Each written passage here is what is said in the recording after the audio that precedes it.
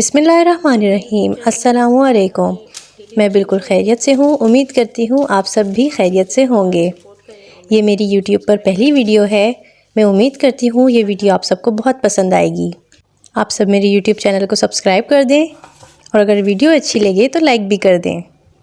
मैं बनाने लगी थी दम पोख, तो मैंने सोचा यहीं से अपने व्लॉग का आगाज़ करते हैं। मैंने आलू, प्याज, टमाटर, लहसुन और मिर्चें धो के रख ली थी और मैंने गोश्त भी धो लिया था।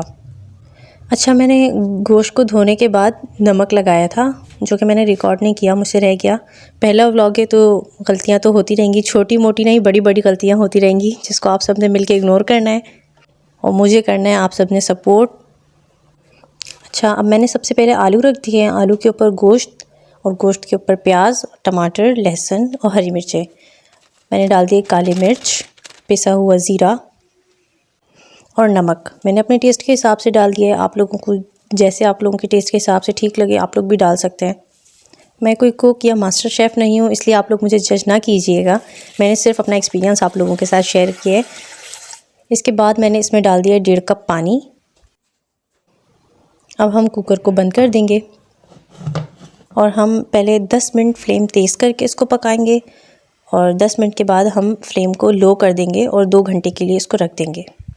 2 घंटे हो गए हैं। अब मैं चेक करने आई हूँ कि हमारा दम पोख तैयार हो गया है कि नहीं। चूल्हा मैंने बंद कर दिया है और सीटियाँ हटा रही हूँ। ध्यान से सीटियाँ हटानी है, बहुत ख़याल से। मुझे तो ख़ुद भी कुकर से बहुत ज़्यादा डर लगता है, लेकिन मजबूरन काम करना पड़ता है क्योंकि आई एम हाउसवाइफ। खैर, कुकर खोलते हैं। मज़ेदार गर्मा गर्म दम पोख तैयार है। दिखने में तो बहुत ही यमी और टेस्टी लग रहा है। अब ये तो सब खा के ही बताएंगे कि कैसा लग रहा है। मेरे हस्बैंड ने कुकर खोला था और उन्होंने चेक किया और टेस्ट भी किया, उनको तो बहुत अच्छा लगा है। मैं ख़ुद भी फ़र्स्ट टाइम बना रही हूँ दम पोख। मैंने इससे पहले कभी नहीं बनाया क्योंकि हर रोज़ की डेली रूटीन की ये सबसे बड़ी टेंशन होती है कि आज क्या पकाएं। तो जब मैंने मम्मा से आज पूछा कि रात के लिए क्या पकाएंगे, तो उन्होंने कहा बेटा दम पोख बना लो। तो मैंने भी यूट्यूब से रेसिपी देखी और बना लिया। खैर, सबको बहुत ज़्यादा अच्छा लगा।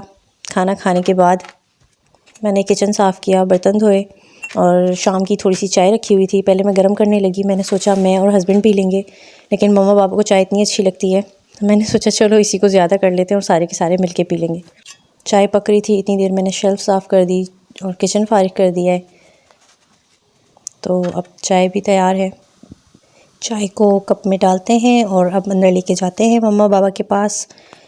और आप सब मुझे सब्सक्राइब कर दें और प्लीज़ सपोर्ट मी, क्योंकि व्यूवर्स की सपोर्ट के बग़ैर कुछ भी नहीं हो सकता। हंसते रहिए, मुस्कुराते रहिए, खुश रहिए, आबाद रहिए। अल्लाह हाफ़िज़।